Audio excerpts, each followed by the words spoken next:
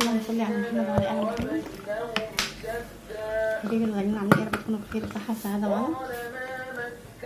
طبعا النهارده ان شاء الله هنعمل سريعا صينيه بشاميل.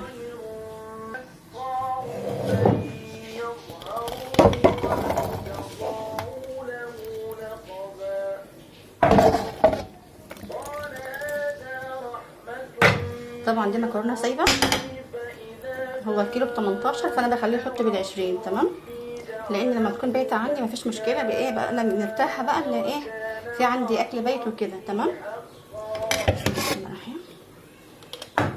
طبعا ده بشاميل.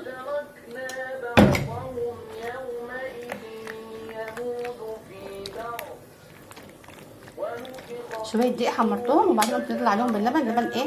لبن بقى لنص كيلو. تمام.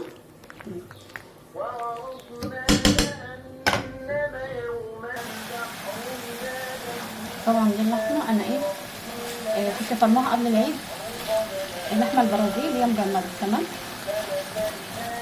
جبت نص كيلو وعملت عليه حوالي نص كيلو بصل او اكتر. تمام، لان الصينيه اللي انا هعملها ان شاء الله هتكون كبيره. حطيت كبيره ليه يا باشا؟ اول حاجه بحبها البيت عندي ببقى مرتاحه بيكون عند الاكل. تاني حاجه اصحاب الاولاد يعني طبعا بقى في عيد وكده فبيجوا ياكلوا مع الاولاد. تمام.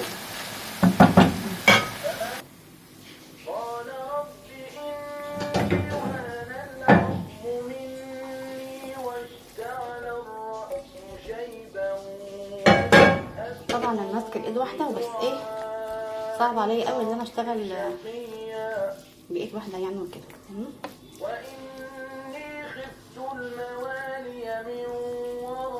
طبعا بقى بوزع كده في كل جنب. تمام كده. تمام كده. طبعا بقى ما حبيتش اجيب التفاصيل لان كده انا عاملاها من اول الف للياء مع بعض. تمام. طبعا خلاص الحمد لله كده اهو. اول حاجه انا ولعت عليها على العين الكبيره شويه ربع ساعه كده وبعدين ندخلها الشوايه. تمام.